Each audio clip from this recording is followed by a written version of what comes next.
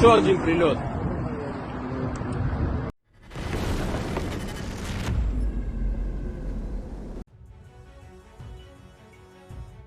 Ukrainian strike drones attacked the port in the city of Novorossiysk, where Russian Navy ships are based, Russian media outlets reported. The attack on the port took place on the night of January 11th, and when the drones attacked the port infrastructure, a massive fire engulfed the port. According to a local publication, the city's air defense systems were not working during the attack. In total, more than 7 hits were recorded at the port, as evidenced by a local resident's comment in the video. Following the active use of kamikaze drones by the Ukrainian Defense Forces, the Russian Navy attempted to relocate its surface and submarine fleets from Crimea to Novorossiysk. Although the relocation partially complicated the hunt for Russian ships, it created new problems for the enemy, as it did not allow the loading of caliber cruise missiles onto the surface vessels. In early November, Dmytro Pletenchuk, a spokesman for the Ukrainian Navy, stated on air during a telethon that the resumption of caliber loading capabilities had proved that Russian troops had adapted to the new conditions. From the fact that the enemy used surface ships, we can conclude that the occupiers have solved the problem of loading calibers on board, he noted. Earlier, Militarny reported that in mid-September 2024, the Russians had installed a GPS jamming complex near the port of Gelendzhik in Novorossiysk. Information from the automatic identification system used in civilian shipping was used for the analysis. During the analysis of the AIS system, it was noticed that the location of the Russian ships had differed from their actual location. Also, Russia has repeatedly withdrawn ships from Novorossiysk, but after a while they returned to the port again. In early June 2024, it was already withdrawing a large group of ships from Novorossiysk. At that time, large landing ships with a powerful escort left the port, where they had been hiding from Ukrainian attacks for a long time. But at the time, a significant group remained in the port, including 2 frigates, a medium-sized reconnaissance ship, a small anti-submarine ship, a landing boat, a small missile ship, and 1 patrol ship. Later, some of the ships that were then withdrawn from Novorossiysk were spotted in Sevastopol and the Sea of Azov. A Russian woman accidentally confirms a missile strike on a military camp in Belgorod region. Ukrainian intelligence intercepted a call revealing that a rocket hit a training ground, killing 6 Russian conscripts. And the brother survived. A missile hit the training ground. Well, some of the boys managed to jump into the trenches, but 6 conscripts died. No, it's all good. He made it. Well, maybe the sergeant or someone should at least report twice a day that everything is okay. No, it will Why? not. Another explosive night in Russia. Ukrainian UAVs struck Kotovsk, Tambov region. At least 11 injuries reported after debris hit an apartment building. Drones also visited Jankoy, Anapa, Berdyansk, Slavyansk na Kubani, Voronezh, Feodosia, Kerch, Kursk, and Novorossiysk overnight. In Krasnodar, a military base was struck. Ukrainian drones reportedly struck the base of the 238th Artillery Brigade and a nearby military airfield in Krasnodar Krai. A Ukrainian drone takes down 3 Russian Mavic drones using a shotgun, then fires at a Russian combatant and finishes them off with a grenade.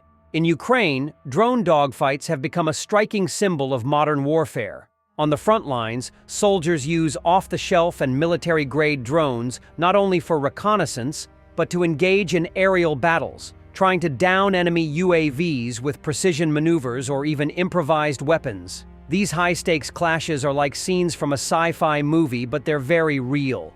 Ukrainian innovation has been key, with operators outsmarting more advanced Russian systems through ingenuity and teamwork.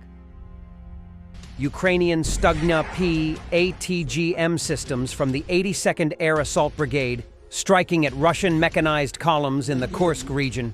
The Stugna P, a domestically produced anti-tank guided missile, has become a cornerstone of Ukraine's defense against Russian aggression. Designed by the Luch Design Bureau, this system is highly versatile, capable of engaging armored vehicles, fortifications, and even low-flying helicopters. Its range of up to 5 kilometers and tandem charge warhead allows it to penetrate advanced reactive armor, making it a formidable threat to Russian forces. One of the Stugna P's defining features is its remote control system, allowing operators to fire the missile from cover and guide it to its target via a laser beam. This innovation enhances the survivability of Ukrainian soldiers on the battlefield, minimizing exposure to return fire. Videos of successful strikes have gone viral, showcasing the system's effectiveness against Russian tanks, often resulting in dramatic turret explosions. The Stugna P has proven invaluable during both defensive and offensive operations. At the Kupiansk front, Ukraine's 14th Mechanized Brigade destroyed 2 Russian MTLBs rushing towards Ukrainian positions and cleared trenches afterwards. As of January 11, 2025, the Kupiansk front in northeastern Ukraine remains a focal point of intense military activity. Ukrainian forces have successfully repelled multiple Russian assaults in this sector, inflicting significant losses on enemy personnel and equipment. In a notable incident, Ukrainian troops captured an Italian national near Kupiansk who had voluntarily joined the Russian military. Despite these defensive successes, the situation remains volatile, with ongoing artillery exchanges and skirmishes. Ukrainian forces continue to strengthen their positions to counter any further advances. The capture of foreign fighters among Russian ranks underscores the complex dynamics of the conflict, highlighting the diverse composition of forces involved. Ukrainian authorities are utilizing such incidents to emphasize the challenges posed by foreign combatants supporting Russian operations. Germany announced new help for Ukraine.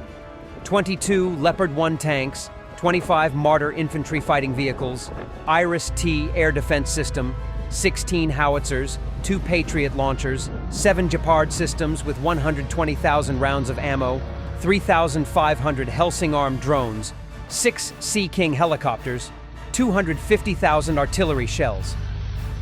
Former UK Prime Minister Boris Johnson delivered a blunt message to Vladimir Putin. "It's over, Putin. You fucking idiot. There is no more empire."